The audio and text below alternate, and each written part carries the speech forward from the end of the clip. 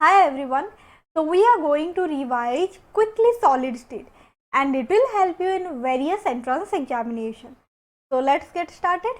देखिए जो solid state है ना वो broadly classified into two types, that is crystalline solid and amorphous solid.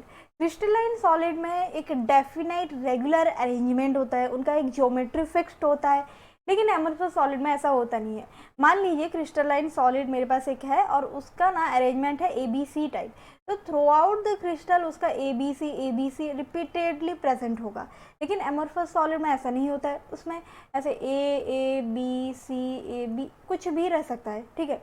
और यहाँ पे ऐसे हो सकता है कुछ टाइम के लिए एक रेगुलर अरेंजमेंट आ सकता है, लेकिन वो बहुत ही शॉर्ट रेंज के लिए होगा, इसीलिए इसका शॉर्ट रेंज ऑर्डर होता है, लेकिन इनका लॉन्ग रेंज ऑर्डर होता है। और उसका एक शार्प मेल्टिंग पॉइंट होता है। शार्प मेल्टिंग पॉइंट मतलब एक फिक्स्ड मेल्टिंग पॉइंट। मान लीजिए 90 डिग्री सेंटीग्रेड, 90 डिग्री सेल्सियस में परफेक्टली एग्जैक्टली 90 डिग्री सेंटीग्रेड में वो सॉलिड टू लिक्विड में कन्वर्ट होगा। लेकिन अमरफस सॉलिड में रेंज ऑफ मेल्टिंग पॉइंट होता है, मतलब ऐसे बोल सकते हैं हम 90 to 100 के बीच कहीं पे भी वो मेल्ट हो सकता है। ये एनाइसोट्रॉपिक है, ये आइसोट्रॉपिक है।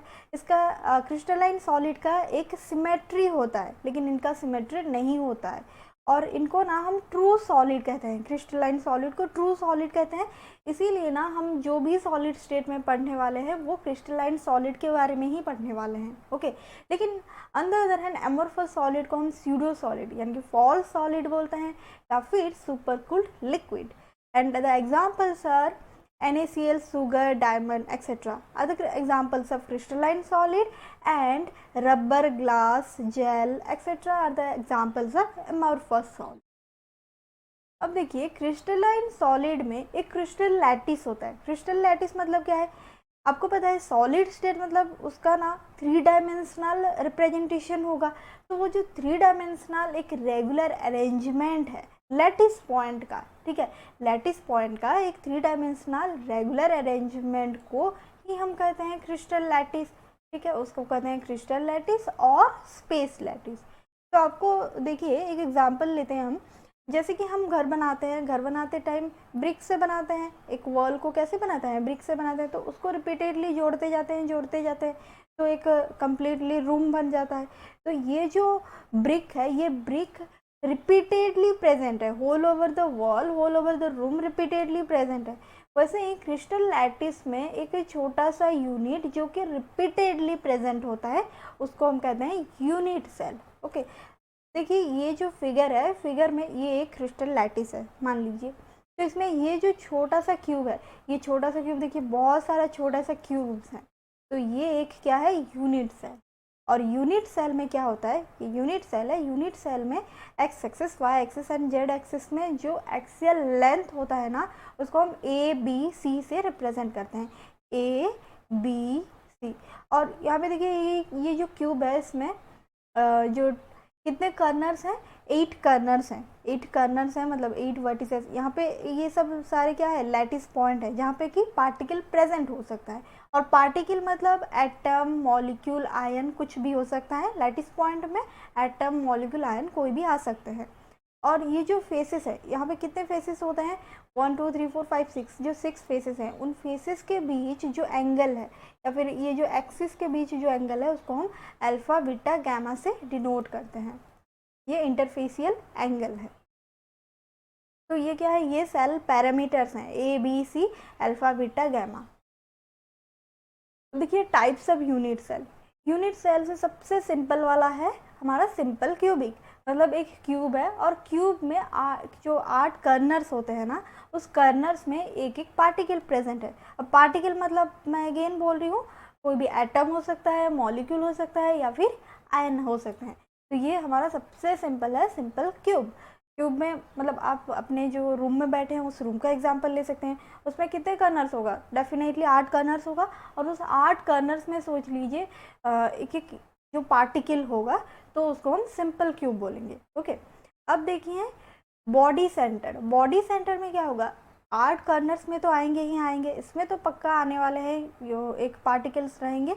और बॉडी के एकदम से सेंटर में बीचों बीच और एक पार्टिकल, ये पिंक कलर का देख रहे हैं ना, ये पिंक कलर का और एक पार्टिकल आने वाला है, ठीक है। तो ये body centre cubic unit cell. Next क्या आता है, फेस सेंटर। फेस सेंटर में क्या होगा, 8 कर्नर्स में तो आएंगे, okay.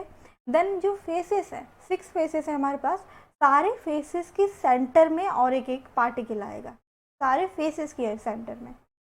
Then end centre, end centre में क्या होगा, जो कर्नर्स में तो रहेगा, ठीक है।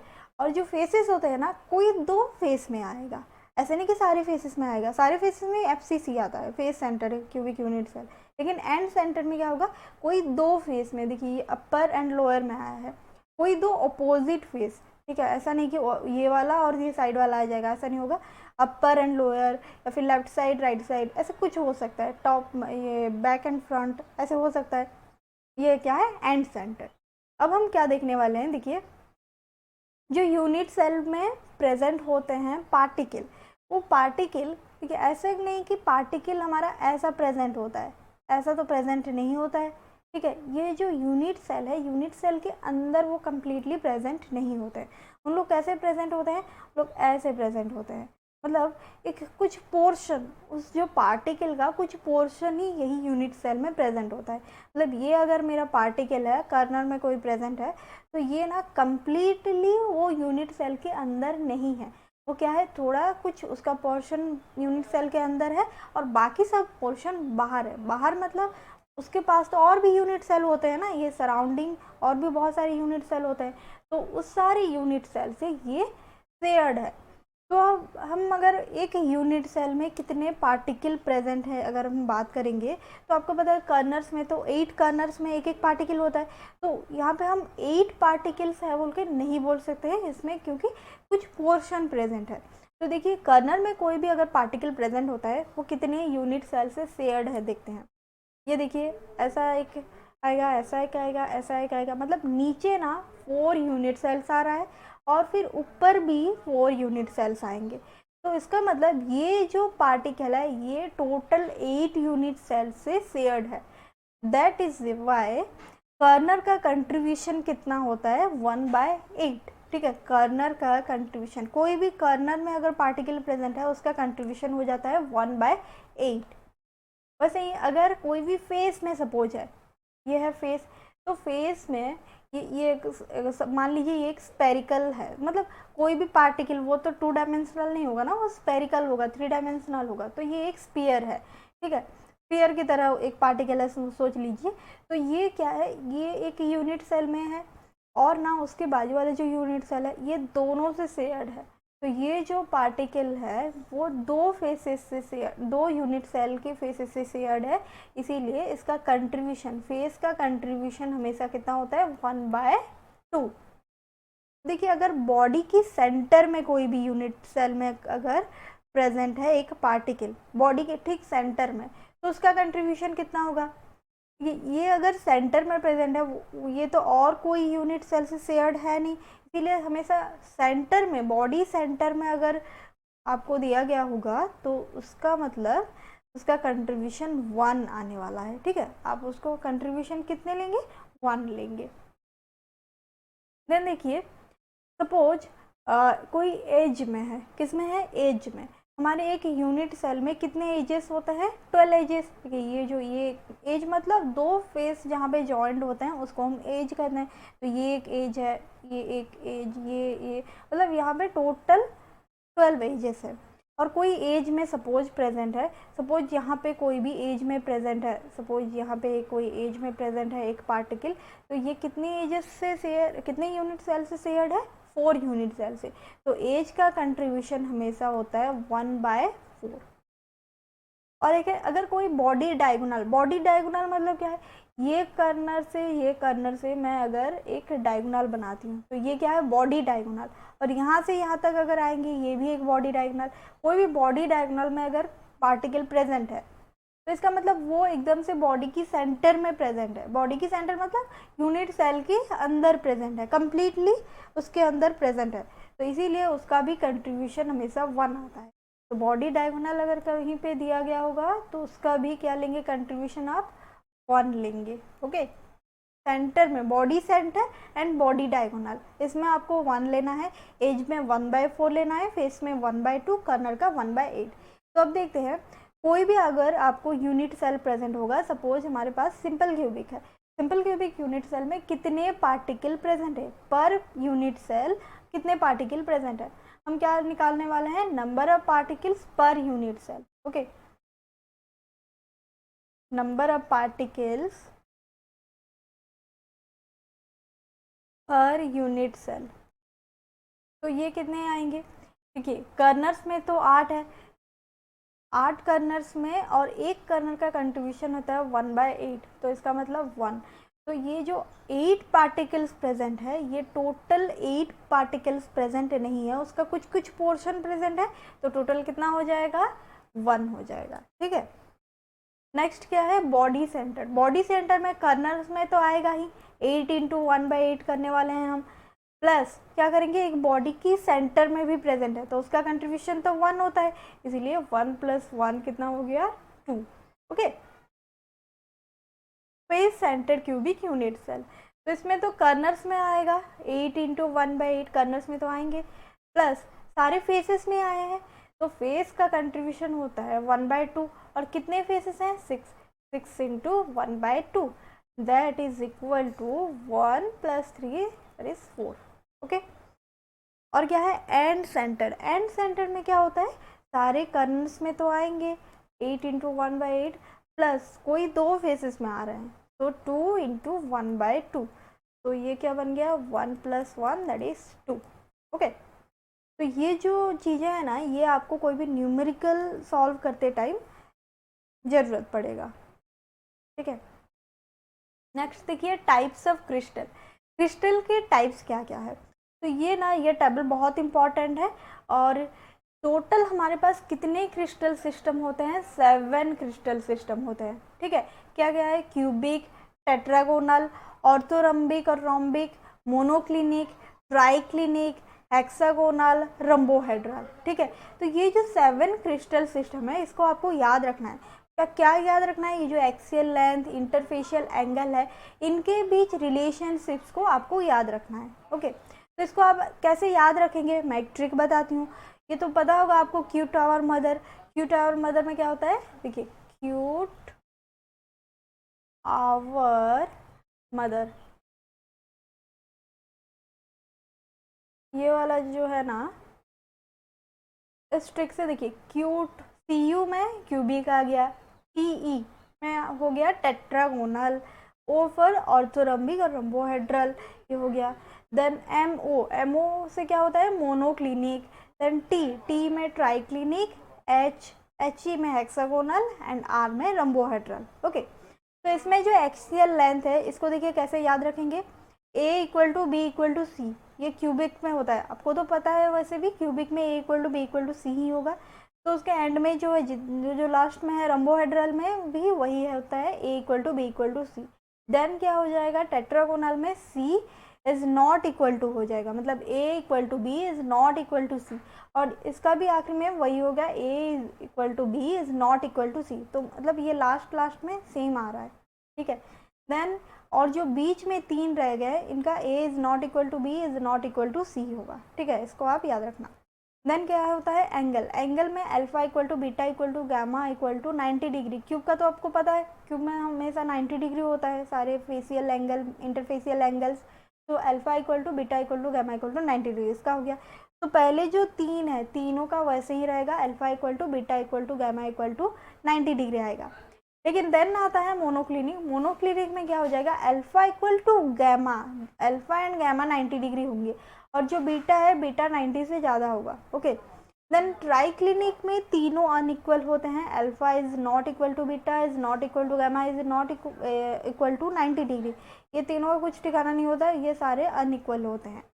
और हेक्सागोनल में आप ऐसे याद रखते हैं, एक हेक्सागन आएगा, बेंजीन की तरह एक हेक्सागन आएगा, और यहाँ पे गामा = इसीलिए क्या होगा, 120 डिग्री। बेंजीन में कितना एंगल होता है, 120 डिग्री, वैसे ही, और यहाँ पे alpha is equal to beta 90 degree होता है। रंबोहेड्रल में alpha = beta is equal to gamma is not equal to 90 degree नहीं होगा। तो तो ऐसे करके आप याद रखेंगे।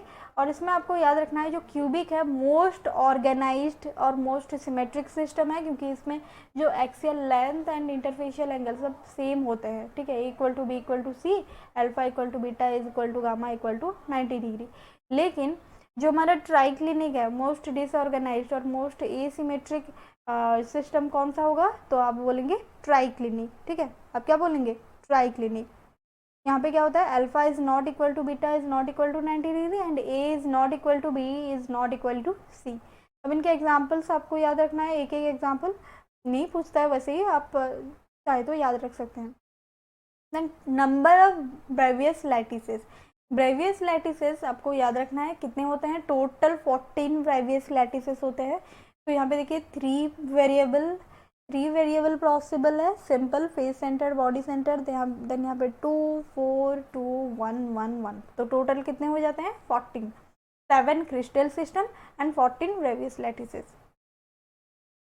देन नेक्स्ट भी एक क्रिस्टल का टाइप्स है, जैसे कि molecular, ionic, network covalent, metallic, ये उनके बॉन्डिंग से bonding on the basis of their bonding, ठीक है, उसमें क्या क्या बॉन्डिंग हो सकता है कंस्टिट्यूएंट यूनिट्स में।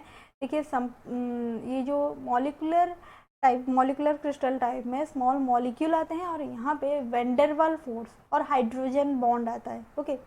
एंड आयनिक क्रिस्टल में क्या होता है, आयनिक में आयंस आएंगे, cation and anions, that is positive and negative ions आएंगे। Strong electrostatic force of attraction होता है, ऑब्वियसली वही होगा आयनिक बॉन्ड में, वैसे होता है ना, वैसे आयनिक क्रिस्टल टाइप में भी स्ट्रॉन्ग इलेक्ट्रोस्टैटिक अट्रैक्शन आएगा। देन नेटवर्क और कोवलेंट टाइप में एटम्स आएंगे और यहाँ पे कोवलेंट बॉन्ड आएगा। मेटेलिक क्रिस्टल टाइप में भी आयंस आएंगे, पॉजिटिव आयंस, लेकिन उसमें इलेक्ट्रॉन्स आएंगे, फ्री इलेक्ट्रॉन्स, और यहाँ पे भी इलेक्ट्रोस्टैटिक फोर्स ऑफ अट्रैक्शन आएगा। यानी इनके प्रॉपर्टीज आप देख लेना और उनके कुछ कुछ एग्जाम्पल्स को भी आप देख लेना, okay. Alright, law of symmetry, law of symmetry कहता है कि कोई भी क्रिस्टल अगर सेम सब्सटेंसेस के हैं तो उनका सेम एलिमेंट ऑफ सिमेट्री आएगा। The crystal of the same substance possesses the same element of symmetry, okay. तो कोई भी क्रिस्टल में कौन कौन सी सिमेट्री होता है, plane of symmetry, axis of symmetry and centre of symmetry. तो अब हम देख लेते हैं क्यूबिक क्रिस्टल में क्या क्या होता है। क्यूबिक क्रिस्टल में प्लेन ऑफ सिमेट्री 9 आता है, एक्सिस ऑफ सिमेट्री 13 आता है, सेंटर ऑफ सिमेट्री तो ऑब्वियसली 1 आएगा। तो टोटल सिमेट्री एलिमेंट कितना हो जाएगा, 9 + 13 + 1 that is equal to 23, okay. तो the next one is Weiss indices and Miller indices. देखिए सपोज आपको एक प्लेन गिवन है ABC, तो इनके इंटरसेप्ट कितने आएंगे, ये है हमारा ओरिजिन O और एक्स एक्सिस के अलोंग इंटरसेप्ट कितने हैं A, और वाई एक्सिस के अलोंग B, जेड एक्सिस के अलोंग C है, ठीक है, ABC इनके इंटरसेप्ट्स हैं। लेकिन अगर आपको KLM गिवन है, ये वाला प्लेन KLM, सपोज ये वाला प्लेन गिवन है, तो इनके इंटरसेप्ट्स कितने आएंगे। देखिए एक्स एक्सिस के अलोंग क्या आने वाला है, ये वाला, एंड वाई एक्सिस के अलोंग ये, एंड जेड एक्सिस के अलोंग ये। तो ये वाला क्या है, ये तो A नहीं है, A का एक मल्टीपल ही होगा, ठीक है, और यहाँ पे B का एक मल्टीपल आएगा और यहाँ पे C का एक मल्टीपल, ओके। तो ये जो मल्टीपल, होल नंबर मल्टीपल आ रहा है, होल नंबर भी आ सकता है, फ्रैक्शन भी, कुछ भी आ सकता है, तो वो जो मल्टीपल है उनका कोफिशिएंट को ही हम कहते हैं विज इंडिसेस। यानी कि सपोज आपको गिवन है 2A 3B एंड C, तो इनके इंटरसेप्ट्स कितने हैं, इनके कोफिशिएंट्स कितने होगा, 2 3 1, तो यही है इनकी इंटरसेप्ट्स, ओके। जो कोफिशिएंट है यही होगा इंटरसेप्ट्स एंड यही है हमारा विज इंडिसेस। तो विज इंडिसेस का वैल्यू ना फ्रैक्शनल भी आ सकता है और इनका वैल्यू इन्फिनिटी भी आ सकता है। एंड विज इंडिसेस को ज़्यादातर हम लोग आजकल यूज़ नहीं करते हैं, हम किसको यूज़ करते हैं, मिलर इंडिसेस को। तो मिलर इंडिसेस क्या है, मिलर इंडिसेस है एक सेट ऑफ इंटीजर जिसको कि हम लोग HKL से रिप्रेजेंट करते हैं, ऐसे स्मॉल HKL, ओके। तो ये क्या करते हैं हम लोग, एक कोई भी प्लेन अगर गिवन है उस प्लेन को डिस्क्राइब करने के लिए हम यूज़ करते हैं HKL को, यानी कि मिलर इंडिसेस को। तो कैसे निकालते हैं, देखिए सपोज हम एक एग्जांपल लेके ही करेंगे। सपोज आपको गिवन है 2A 3B and C, okay. वैसे तो पहले आप एक टेबल बना लेंगे। पहले आप एक टेबल को बना लेंगे और इस टेबल में ऐसे लिख लेंगे ABC। तो पहले तो हम वेज इंडिसेस लिखेंगे। फर्स्ट ऑफ ऑल हम क्या करेंगे, इनके जो कोफिशिएंट है इनको देखेंगे। देखिए यहाँ पे 2 है, 3 है और यहाँ पे कुछ नहीं है, इसका मतलब 1 है। तो कोफिशिएंट मतलब इंटरसेप्ट को लिखना है, वो क्या है 2 3 1, और यही है हमारा वेज इंडिसेस। देन हम क्या करेंगे, इनके रेसिप्रोकल, इसको इन्वर्ट कर लेंगे तो हमें क्या मिलेगा, रेसिप्रोकल मिलेगा। That is 1/2, 1/3 and it is 1।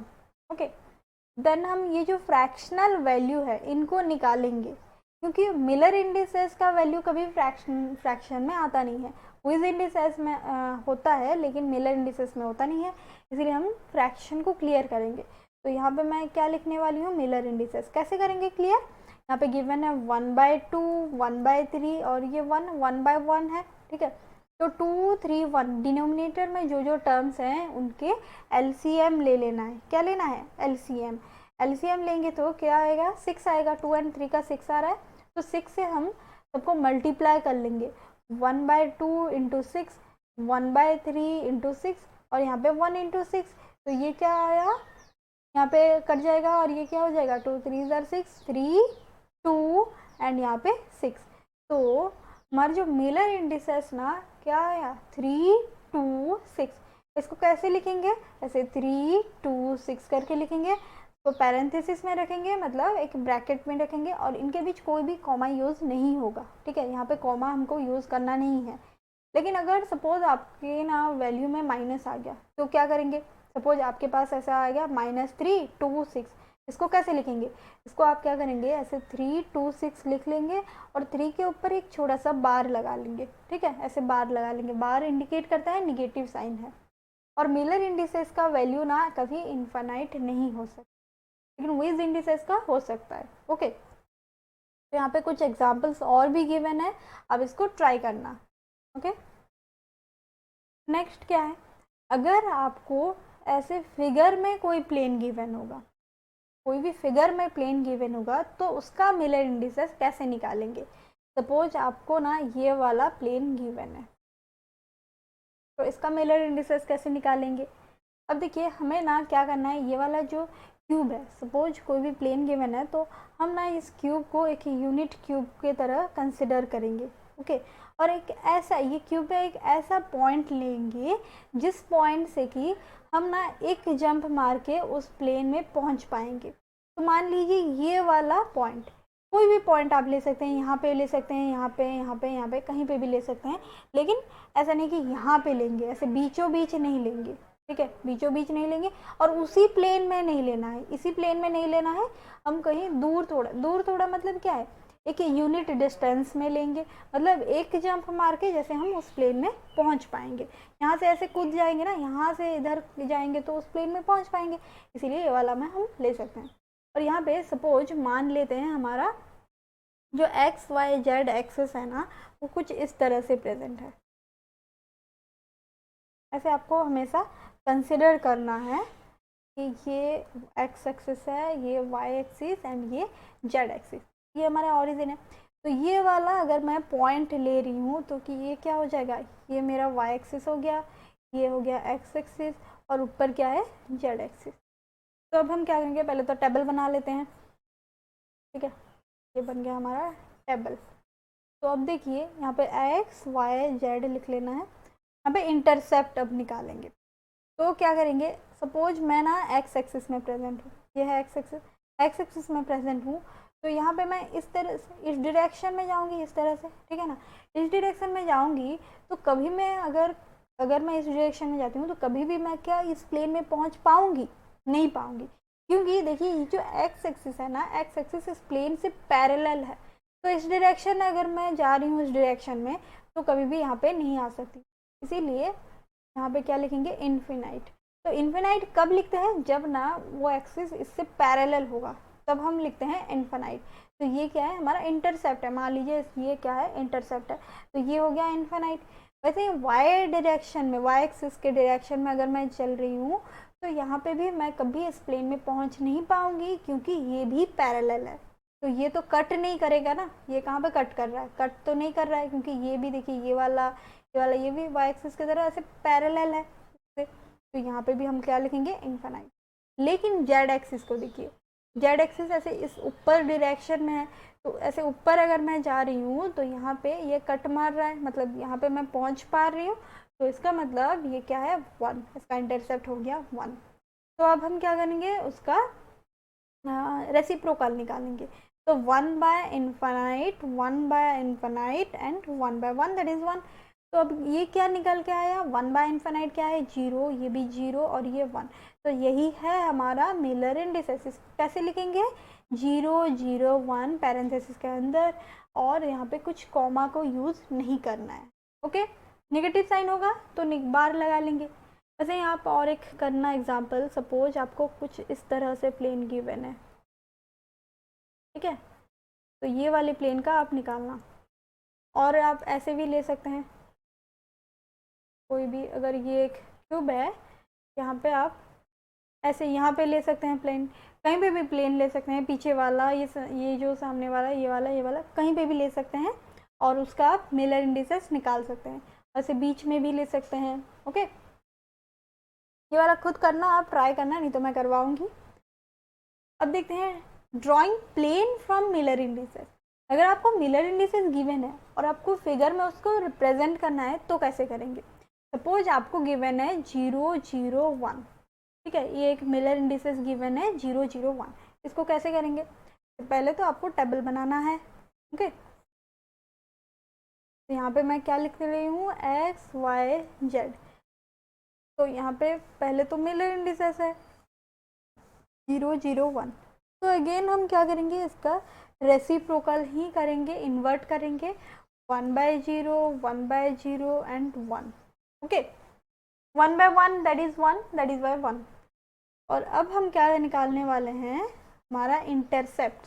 Intercept मतलब हम उल्टा डायरेक्शन से जा रहे हैं ना, इसीलिए 1/0 क्या होता है, इनफाइनाइट, ये भी इनफाइनाइट और ये 1। तो अब क्या होगा, सपोज मान लेते हैं इस ओरिजिन से हम जा रहे हैं, ठीक है, तो यहाँ पे इनफाइनाइट है। इनफाइनाइट मतलब क्या है, ये कहीं पे भी ये क्या है, एक्स एक्सिस से पैरेलल ही होगा। ये वाला जो प्लेन है ये हमारा ओरिजिन है, तो ओरिजिन से ये एक्स एक्सिस से पैरेलल है। तो ये सपोज ये हमारा एक्स वाई जेड है, तो पैरेलल है मतलब क्या है, ये वाला है एक्स एक्स, सॉरी ये वाला है एक्स एक्सिस, हम तो इसको एक्स ले रहे थे ना, एक्स वाई, और ये वाला अगर जेड है तो पैरेलल है, मतलब ये वाला आ गया, ठीक है। देन वाई एक्सिस के साथ भी पैरेलल है, तो ये वाला आ गया, ठीक है, ये वाला एंड ये वाला। जेड एक्सिस से लेकिन ये यूनिट है, तो ये 1 आ रहा है, तो इसका मतलब कि कौन सा वाला प्लेन होगा, यही वाला प्लेन ही होगा, ठीक है, ये वाला प्लेन आएगा, है ना।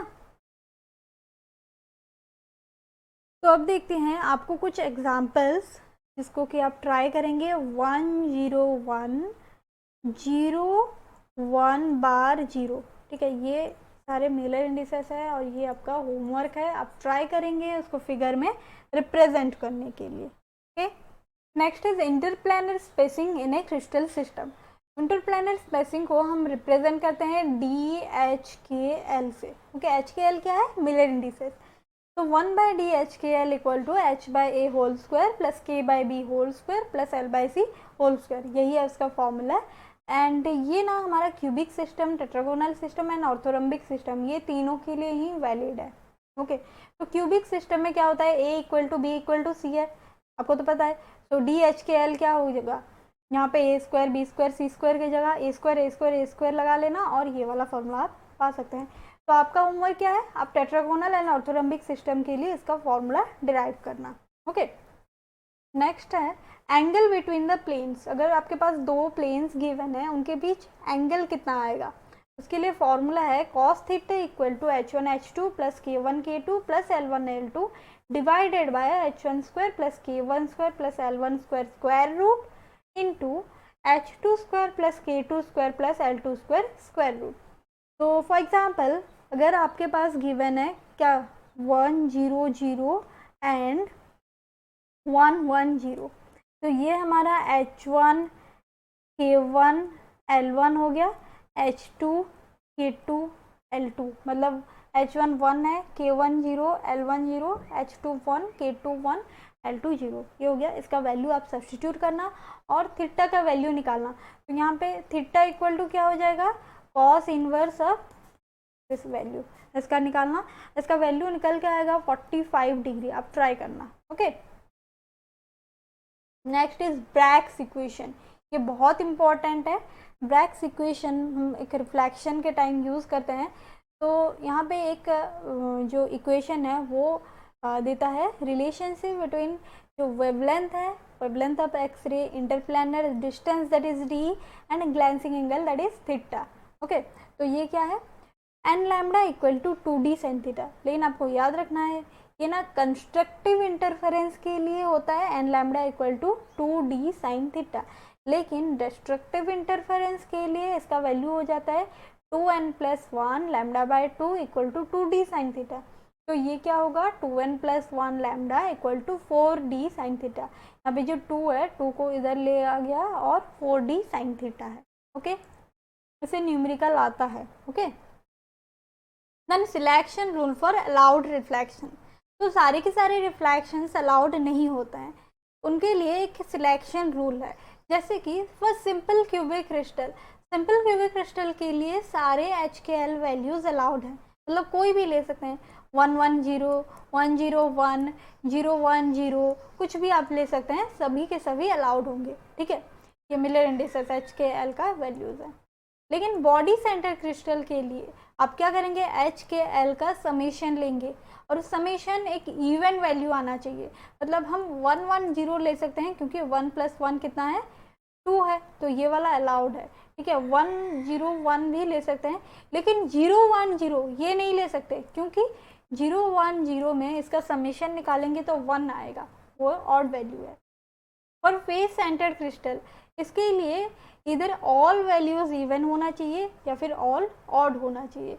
जैसे कि 111 ये तीनों की तीनों ऑड है तो ये चल जाएगा, जैसे कि 222 तीनों की तीनों इवन है, ये भी हो जाएगा। ओके, तो ये था सिलेक्शन रूल। नेक्स्ट क्या है, types of void in A solid. देखिए, कोई भी सॉलिड स्टेट में जो अरेंजमेंट होता है, एटम्स या फिर पार्टिकल्स जो अरेंज्ड होके रहते हैं, उनके बीच कुछ एक गैप रह जाता है, तो उस गैप या फिर उसको हम कहते हैं इंटरस्टिशियल साइट, इंटरस्टिशियल साइट, उसी को ही हम कहते हैं वॉइड। ओके, जैसे कि मान लीजिए यहाँ पे एक एटम है, यहाँ पे एक एटम है, नीचे एक एटम है, तो ये बीच में एक कुछ स्पेस बच गया ना, इसी को ही हम कहते हैं वॉइड। तो 2 डायमेंशनल अरेंजमेंट में भी वॉइड आता है, 3 डायमेंशनल अरेंजमेंट में भी वॉइड आता है। ओके, 2 डायमेंशनल अरेंजमेंट में दो तरह की वॉइड्स आते हैं, ट्राइंगुलर एंड स्क्वायर प्लैनर। तो यहाँ पे देखिए, ये एक 3 एटम के बीच जो आ रहा है, इसको हम बोलते हैं ट्राइंगुलर वॉइड, क्योंकि ये ट्राइंगल की शेप में है। वैसे ही स्क्वायर प्लैनर वॉइड है, ये स्क्वायर की शेप में आ रहा है। ओके, 3 डायमेंशनल अरेंजमेंट में 3 तरह की वॉइड्स आते हैं, एक होता है tetrahedral, octahedral and cubical. Okay, tetrahedral void कैसे होता है, एक लेयर में 3 पार्टिकल्स हैं, दूसरी लेयर में उसके ऊपर ये जो ट्राइंगुलर वॉइड है उसको कवर करके और एक पार्टिकल अगर होगा तो उसको हम टेट्राहेड्रल वॉइड बोलेंगे। ऑक्टाहेड्रल क्या होता है, एक लेयर में, ये जो पिंक कलर का है, सपोज ये लेयर ए है और ये है लेयर बी, तो पिंक कलर का जो है इसमें एक ट्रायंगुलर वॉइड बन रहा है। ठीक है, और उस ट्रायंगुलर वॉइड को कवर करके और भी फिर 3 पार्टिकल्स प्रेजेंट होंगे। ठीक है, एक लेयर में 3, ऊपर उसके ऊपर और 3 पार्टिकल्स रहेंगे, तो उसको हम ऑक्टाहेड्रल वॉइड बोलेंगे। और एक तरह की भी हो सकता है, मतलब नीचे एक, मतलब एक स्क्वायर प्लैनर वॉइड सपोज बन रहा है। ठीक है, और उस स्क्वायर प्लैनर वॉइड को कवर करके नीचे एक पार्टिकल प्रेजेंट है और ऊपर भी एक पार्टिकल प्रेजेंट है, तो यहाँ पे भी ऑक्टाहेड्रल वॉइड बनता है। देन क्यूबिकल वॉइड, एक लेयर में 4 पार्टिकल, उसको कवर करके ऊपर भी 4 पार्टिकल हैं। ओके, तो इनके कोऑर्डिनेशन नंबर क्या होगा, कोऑर्डिनेशन नंबर मतलब इस वॉइड को सराउंड करके कितने पार्टिकल्स प्रेजेंट है। ओके, तो ये इसको सराउंड करके तो 3 है, कोऑर्डिनेशन नंबर 3, इसका आ जाएगा 4, इसका भी 4, इसका 6, ऑक्टाहेड्रल वॉइड का 6 ही आता है, क्यूबिकल वॉइड का आएगा 8। Next one is arrangement. अब जो पार्टिकल्स एक रेगुलर अरेंजमेंट में रहते हैं, ठीक है ना, सॉलिड स्टेट में, क्रिस्टलाइन सॉलिड में एक रेगुलर अरेंजमेंट रहता है। तो अरेंजमेंट किस तरह का हो सकता है? पहले हम 1 डायमेंशनल देखेंगे, 2 डायमेंशनल, देन 3 डायमेंशनल। तो एक्चुअली में प्रेजेंट किस में रहते हैं उन लोग? 3 डायमेंशनल अरेंजमेंट में। तो 1 डायमेंशनल में एक ही एक्सिस आएगा, जैसे कि X axis, Y axis, Z axis, कुछ भी हो सकता है। सपोज मान लीजिए मैं एक्स एक्सिस ले रही हूँ, तो यहाँ पे क्या होगा, एक एटम, देखिए ये वाला सपोज एक एटम है, ये कितने एटम से सराउंडेड है? 2 एटम से, तो इसीलिए इसका कोऑर्डिनेशन नंबर 2 होगा। देन 2 डायमेंशनल, 2 डायमेंशनल में दो तरह की चीज़ें हो सकता है, जैसे कि ये लीनियर 1 डायमेंशनल हो गया था, 1 डायमेंशनल से फिर 2 डायमेंशनल आएगा, मतलब सपोज इसके एग्जैक्टली नीचे फिर से वैसे ही प्रेजेंट हैं पार्टिकल्स। ओके, ऐसे हो सकता है, या फिर ऐसे हो सकता है ये सपोज 1 डायमेंशनल में प्रेजेंट थे, इसके जो डिप्रेशन है, इस डिप्रेशंस में अब आएंगे पार्टिकल्स। ओके, ऐसे इसके डिप्रेशंस में आएंगे। इसको अच्छे से आप बनाना। तो पहले जो ये वाला केस है, ये क्या हो जाएगा? 2 डायमेंशनल स्क्वायर क्लोज पैकिंग। ऐसे क्यों? क्योंकि देखिए यहाँ पे सपोज एक पार्टिकल में ले रही हूँ, तो यहाँ पे ये एक स्क्वायर की शेप में और दूसरे पार्टिकल से सराउंडेड है, इसलिए इसको स्क्वायर क्लोज पैकिंग कहा जाता है। और यहाँ पे देखिए एक अगर मैं पार्टिकल लेती हूँ, ये और हेक्सागन बनाता है, हेक्सागन पार्टिकल से, हेक्सागन की शेप में पार्टिकल से, दूसरे पार्टिकल से सराउंडेड है, इसलिए हेक्सागोनल क्लोज पैकिंग है। तो यहाँ पे कोऑर्डिनेशन नंबर ऑब्वियसली 4 होगा, क्योंकि ये 4 पार्टिकल से सराउंडेड है, और यहाँ पे क्या होगा? 6 होगा। इसका पैकिंग एफिशिएंसी 78.5%, इसका 90.6%। वॉइड यहाँ पे स्क्वायर प्लानर है, यहाँ पे स्क्वायर प्लानर है, और यहाँ पे ट्रायंगुलर वॉइड है। ओके, नेक्स्ट क्या है? 3 डायमेंशनल। अब 3 डायमेंशनल होने के लिए हमारे पास 2 चॉइसेस है। 2 डायमेंशनल स्क्वायर क्लोज पैकिंग से भी हो सकता है, 2 डायमेंशनल हेक्सागोनल क्लोज पैकिंग से भी हो सकता है।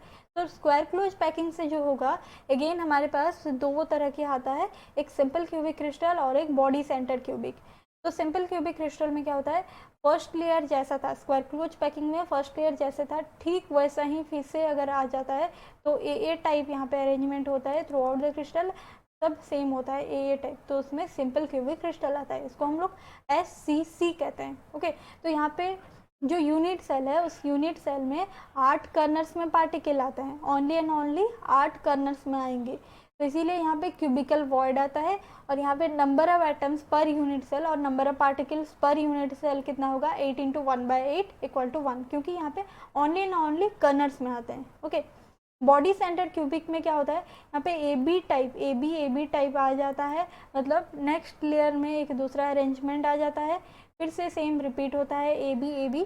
तो यहाँ पे 8 कर्नर्स में आते हैं, एंड देन एक बॉडी की सेंटर में भी होता है। ठीक है, तो यहाँ पे number of atoms per unit cell कितना हो जाएगा? 2। इसके डिटेल में मैं नहीं जा रही हूँ। और यहाँ पे जो 2 डायमेंशनल हेक्सागोनल क्लोज पैकिंग होता है, उसमें फिर से अगेन 2 चॉइसेस आता है हमारे पास। फर्स्ट में क्या होता है? हेक्सागोनल क्लोज पैकिंग, सेकंड में होता है फेस सेंटर क्यूबिक और क्यूबिक क्लोज पैकिंग, FCC और CCP। Okay, hexagonal close packing में क्या होता है, आपको पता है हेक्सागन तो पहले से इसमें बनता है, तो यहाँ पे सपोज मान लेते हैं ये एक हेक्सागन है, और यहाँ पे कैसे अरेंजमेंट होता है? A B type arrangement. ठीक है, तो यहाँ पे सपोज यहाँ पे एक हेक्सागन है और यहाँ पे एक हेक्सागन बन रहा है, तो ऐसे इसका यूनिट सेल ऐसे इस तरह से दिखता है, इस तरह का कुछ दिखता है। ठीक है, तो यहाँ पे देखिए ये हेक्सागन में एक एक पार्टिकल प्रेजेंट होगा, इसका जो कर्नर्स में, यहाँ पे भी एक कर्नर्स में प्रेजेंट होगा। ठीक है, फिर इसके जो सेंटर में है, इस फेस के सेंटर में आएगा, और यूनिट सेल की अंदर 3 आएंगे, तो टोटल कितने पार्टिकल्स हो गए? 1 2 3 4 5 6, नीचे 6 ऊपर 6, 6 + 6 12 कर्नर्स में आ गए, एक अपर बॉडी के सेंटर में, लोअर बॉडी के सेंटर में, और 3 इनसाइड द यूनिट सेल। तो यहाँ पे अगर इसीलिए इसका जो कर्नर है, इसका कर्नर का कंट्रीब्यूशन 1/6 होता है, क्योंकि ये हेक्सागन में प्रेजेंट है, तो 1/8 नहीं होगा, 1/6 होगा। इसको थोड़ा आप देखना, यहाँ पे नंबर ऑफ पार्टिकल इसलिए 6 आता है। ओके, फेस सेंटर क्यूबिक ये बहुत इंपॉर्टेंट है, और क्यूबिक क्लोज पैकिंग FCC और CCP, यहाँ पे क्या होता है 8 कर्नर्स में आते हैं और 6 फेस सेंटर में आता है।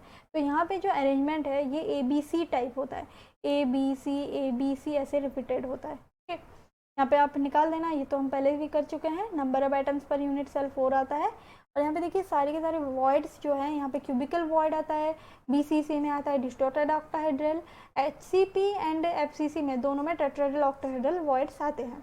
पैकिंग एफिशिएंसी 52.4, यहाँ पे 68%, 74% एंड यहाँ पे भी 74%। This one is important, relationship between A, axial length A and R, R मतलब रेडियस, तो इनके बीच रिलेशनशिप HCC के लिए A इक्वल टू 2R होता है, BCC के लिए √3A equal to 4R and HC में A इक्वल टू 2R आएगा। लेकिन यहाँ पे C जो हाइट है, हाइट में क्या हो जाएगा, यहाँ पे हाइट आ रहा है तो height H equal to 4 into √2/3R and FCC में √2A equal to 4R। Coordination number देखना, यहाँ पे 6 आएगा, यहाँ पे 8, 12, 12। ओके, यस दोनों में 12, 12 आता है। लेकिन यहाँ पे क्या होता है, जो लेयर यहाँ पे ए बी हो रहा है ना, तो यहाँ पे ऐसे तीनों सेम आएंगे, लेकिन यहाँ पे क्या हो जाएगा, पलट जाएगा। ठीक है, यहाँ पे पलट जाता है, जो 3 above the layer 3 below the layer जो है, ये वाला पलट जाता है, क्योंकि यहाँ पे ABC टाइप हो रहा है। जो ये सपोज A है, नीचे बीच में और एक लेयर है, और ये B हो गया, ये C हो गया। ठीक है, ABC यहाँ पे, लेकिन A है नीचे और जो लेयर है वो B है, तो अगेन यहाँ पे A आ रहा है, AB टाइप।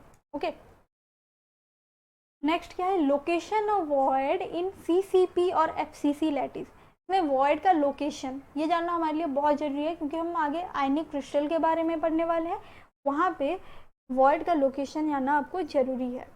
तो जो हमारे ऑक्टाहेड्रल वॉइड होता है ना, octahedral void and tetrahedral void होता है, इन दोनों के हम लोग, इन दोनों ये 3 डायमेंशनल में ये दोनों प्रेजेंट होते हैं। और क्यूबिकल वॉइड जो होता है वो क्या, वो तो बॉडी के सेंटर रहेगा, उसका क्या लोकेशन जानना है। लेकिन octahedral void and tetrahedral void में क्या होता है, ऑक्टाहेड्रल वॉइड का जो लोकेशन है वो बॉडी के ठीक सेंटर में रहता है, और हर एक एज की सेंटर में रहता है। तो मान लीजिए ये हमारा FCC लैटिस है। FCC लैटिस में क्या होता है, सेंटर में, फेस सेंटर में, हर एक फेस की सेंटर्स में रहते हैं, और कर्नर में तो आएंगे ही, है ना। तो यहाँ पे क्या होगा, एक बॉडी की सेंटर, तो बॉडी सेंटर ये बन गया, यहाँ पे एक वॉइड है। ठीक है, ये वाला वॉइड है, मैं गोल बना रही हूँ, लेकिन ये क्या है, वॉइड है। और हर एक एज की सेंटर, कितने एजेस होते हैं, 12 एजेस, सारे एजेस की सेंटर में आएगा। ओके, ये हमारा क्या है, ऑक्टाहेड्रल वॉइड। तो कोऑर्डिनेशन नंबर क्या होगा इसका, 6 होगा।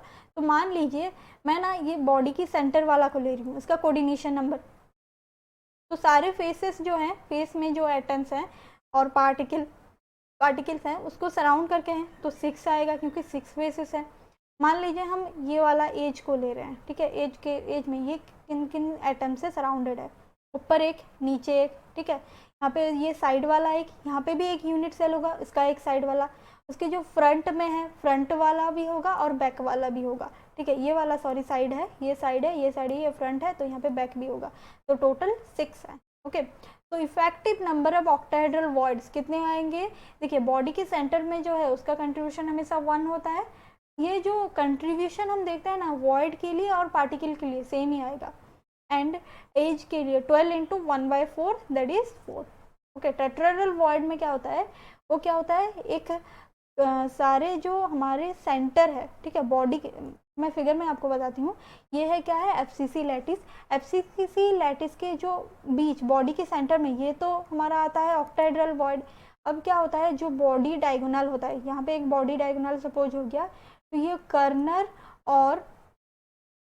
और बॉडी सेंटर, इनके बीच आएगा हमारा टेट्राहेड्रल वॉइड। ये है हमारा टेट्राहेड्रल वॉइड। ओके, तो टेट्राहेड्रल वॉइड फिर along the body diagonal he present होता है, तो इनके कोऑर्डिनेशन नंबर 4 रहता है। कैसे निकालेंगे, देखिए ये जो कर्नर है, ये कर्नर कौन कौन सी फेसेस से बनता है, ये वाला एक फेस से, ये वाला एक फेस से, और जो सामने वाला फेस है इसी से बनता है ये वाला कर्नर। ठीक है, मैं ये वाला कर्नर ले रही हूँ, ये ऊपर वाला फेस, साइड वाला फेस और सामने वाला फेस, इन तीनों को लेंगे।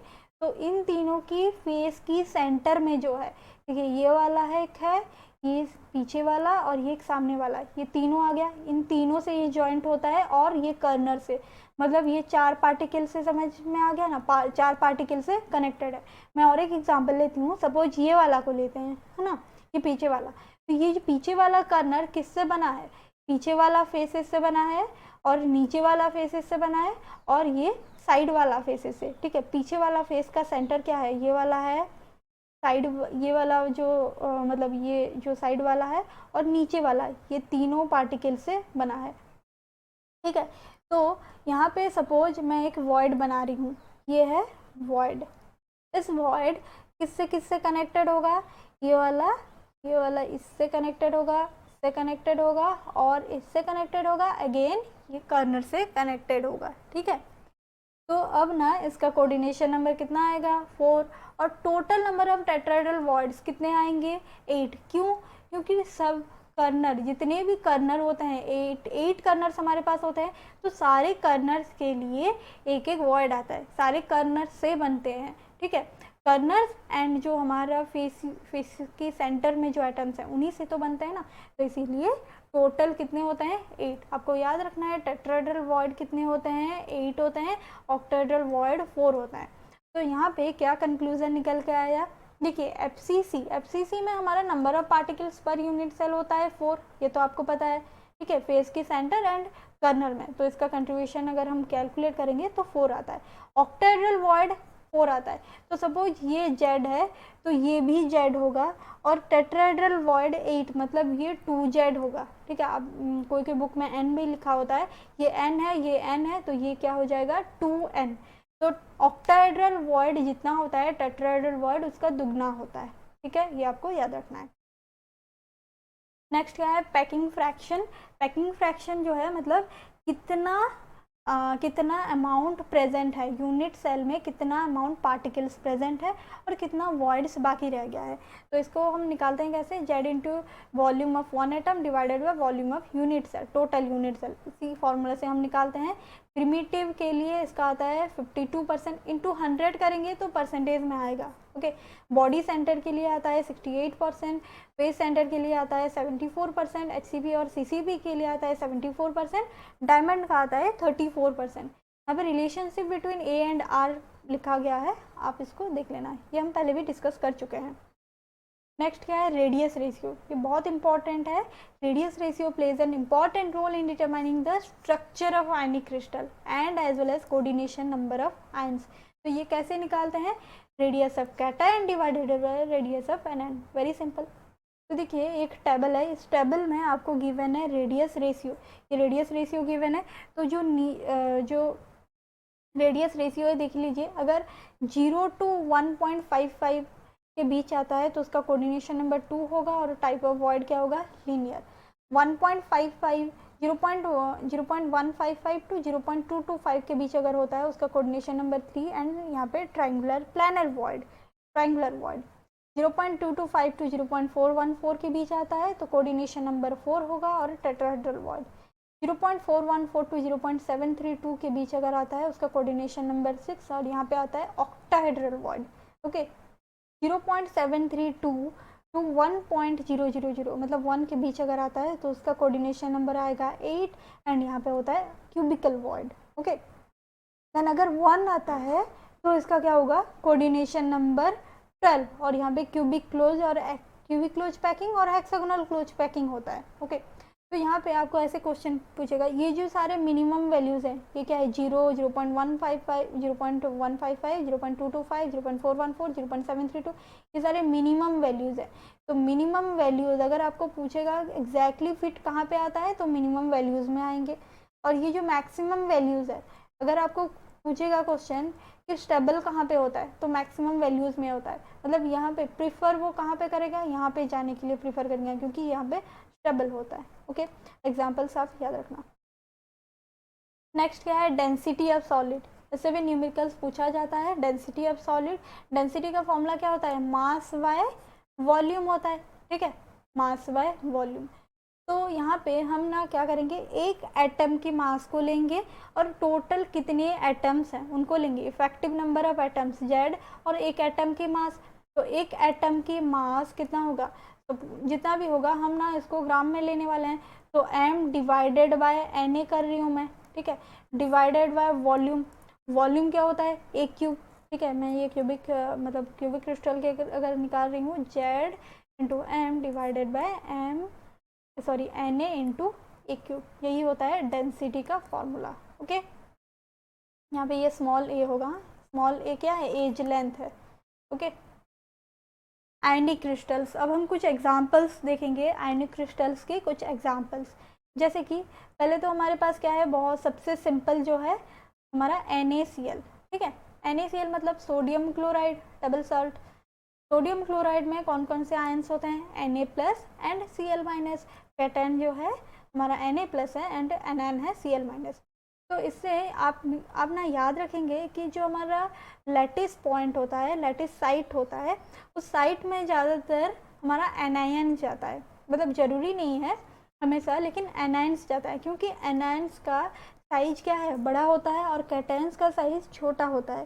तो कैटन हमेशा वॉइड में जाने के लिए प्रेफर करता है और एनायंस लैटिस पॉइंट में जाता है। लेकिन कुछ कुछ केसेस में, कोई केसेस में इसका रिवर्स भी होता है। ओके, ज़्यादातर केसेस में एनायंस लैटिस पॉइंट में जाता है और कैटन वॉइड में जाता है।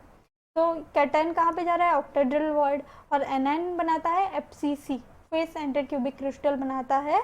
मतलब यहाँ पे number of ions per unit cell जब निकालेंगे, ऑक्टाहेड्रल वॉइड कहाँ पे होता है, एक बॉडी के सेंटर में होता है, और एज सेंटर में, एजेस कितने हैं 12, 12 इंटू 1/4 दैट इज 4, और यहाँ पे होता है 8 इंटू 1/8 plus 6 into 1/2 that is equal to 4।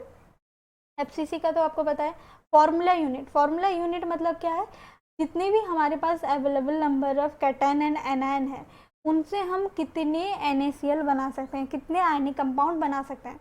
तो हमारे पास कितने अवेलेबल हैं, 4 Na प्लस है और 4 Cl माइनस है। तो इन चारों, ये 4 और ये 4, इनको मिलाएंगे तो हमारे पास क्या आएगा, 4 NaCl आएगा, इसलिए फॉर्मूला यूनिट होता है 4। चार्ज तो आपको पता है 1 1, ये +1 है, ये -1, तो उसका चार्ज 1 1 ही रखते हैं, और कोऑर्डिनेशन नंबर होता है 6 and 6। Okay, then CaCl, cerium chloride. Cerium chloride का क्या होता है, यहाँ पे कैटन आएगा CS प्लस, एनायन आएगा Cl माइनस। CS प्लस जो है वो जाता है क्यूबिकल वॉइड में, ठीक है। क्यूबिकल वॉइड कहाँ पे प्रेजेंट होता है, बॉडी के ठीक सेंटर में प्रेजेंट होता है, एंड Cl माइनस बनाता है SCC। ओके, आपको याद रखना है ये क्या है, simple cubic crystal. Okay, SCC बनाता है, मतलब ये सबसे जो सिंपल होता है वही वाला, मतलब सारे कर्नर्स में ही प्रेजेंट होंगे। ओके, सारे कर्नर्स में Cl माइनस होगा, और ठीक बॉडी के सेंटर में ओनली CS प्लस होगा। यहाँ पे number of ions per unit cell, ये तो एक ही होता है, और ये 8 इंटू 1/8, ये भी 1 होता है, सो 1 होता है। सो इसीलिए फॉर्मूला यूनिट हो जाएगा 1, क्योंकि हमारे पास 1 CS plus and 1 Cl minus है। इससे बनेगा कितने CL फॉर्मूले, 1। ओके, चार्ज होगा 1 1, एंड कोऑर्डिनेशन नंबर 8 and 8। यहाँ पे 6 होता है कोऑर्डिनेशन नंबर, यहाँ पे 8 आपको याद रखना है। नेक्स्ट क्या है, CaF2। CaF2 को हम फ्लोराइड भी कहते हैं, इसका और भी एग्जाम्पल होता है MgF2 एक्सेट्रा। अब देखना एग्जाम्पल, तो फ्लोराइड के लिए हमारे पास हम एग्जाम्पल ले रहे हैं CaF2 का। यहाँ पे Ca2 प्लस, कैल्शियम का 2 प्लस होता है वैलेंसी, तो Ca2 plus and F2 minus. Okay, Ca2 plus and F minus. Fluoride का तो F माइनस होता है ना, halogen F minus, Ca2 plus and F minus. Ca2 plus बनाता है, यहाँ पे देखिए, यहाँ पे जो कैटायन है वो लैटिस पॉइंट में जा रहा है, और एनायन टेट्राहेड्रल वॉइड में जा रहा है, ये एक्सेप्शन है। Ca2 प्लस कहाँ पे जाता है, FCC में जाता है, FCC लैटिस बनाता है, मतलब ये सारे फेस की सेंटर में जाएगा और कर्नर्स में जाएगा, ठीक है। और F माइनस टेट्राहेड्रल वॉइड में जाएगा। तो FCC में आपको पता है number of ions per unit cell 4 होगा। टेट्राहेड्रल वॉइड कितने होते हैं, जितने कर्नर्स उतने टेट्राहेड्रल वॉइड्स, तो ये 8। तो अब देखते हैं फॉर्मूला यूनिट। फॉर्मूला यूनिट यहाँ पे 4 होगा, कैसे, हमारे पास अगर 4 Ca2 प्लस है, 4 Ca2 प्लस है और 8 F माइनस है, इनसे हमारे कितने फॉर्मूला बनेंगे, CaF2, 4 CaF2 बनेंगे, इसीलिए फॉर्मूला यूनिट 4 होगा। चार्ज 2 and 1, कोऑर्डिनेशन नंबर ये 8 होगा, यहाँ पे कोऑर्डिनेशन नंबर 4 आएगा। नेक्स्ट है जिंक प्लांट और स्पेलेराइट। इसमें क्या होता है, जो हमारा Zn2 प्लस है वो अल्टरनेटिव टेट्राहेड्रल वॉइड में जाता है, ठीक है। मतलब half of the tetrahedral voids में Zn2 प्लस प्रेजेंट होता है, और बाकी के बाकी खाली रहते हैं टेट्राहेड्रल वॉइड्स। H2 माइनस कहाँ पे जाता है, हमारा FCC और cubic close packing FCC crystal बनाता है। मतलब अगर हम number of ions per unit cell निकालेंगे, ये 8/2 हो जाएगा, क्योंकि आधे टेट्राहेड्रल वॉइड्स में प्रेजेंट है 4, और यहाँ पे FCC क्रिस्टल बनाता है, तो 8 इंटू 1/8 प्लस 6 इंटू 1/2 दैट इज 4 होगा। तो फॉर्मूला यूनिट हमारे पास 4 आते हैं, charge 2 2 and coordination number ratio भी 4:4 आएगा। देन डायमंड, ये जो डायमंड है ना ये ऊर्जाइट की तरह ही होता है, ठीक है, इसका स्ट्रक्चर ऊर्जाइट की तरह होता है, मतलब ZnS ऊर्जाइट, लेकिन यहाँ पे only and only carbon present होगा। यहाँ पे Zn2+ एंड H2- दोनों प्रेजेंट होता है, यहाँ पे कार्बन ही प्रेजेंट होगा। कार्बन 8 कर्नल्स में प्रेजेंट होता है, 6 फेस सेंटर में भी, और ऑल द टेट्राहेड्रल वॉइड्स में भी प्रेजेंट होता है, ठीक है, डायमंड। नेक्स्ट जो एक छोटा सा टॉपिक है डिफेक्ट। डिफेक्ट से ज़्यादा क्वेश्चन पूछता नहीं है, लेकिन आप देख लेना, खुद पढ़ लेना। ये जो डिफेक्ट्स का एक चार्ट है मैं बना ली हूँ, आप इससे डिफेक्ट पढ़ लेना। मतलब जैसे कि हमारा Schottky defect, Frenkel defect, metal excess, metal deficiency, ये वाला थोड़ा थोड़ा देख लेना। ओके, तो that's it for solid state. इसका ना कुछ क्वेश्चंस सॉलिड स्टेट से रिलेटेड कुछ क्वेश्चंस को हम लोग नेक्स्ट टॉपिक में, नेक्स्ट पार्ट में डिस्कस करेंगे। Okay, thank you so much.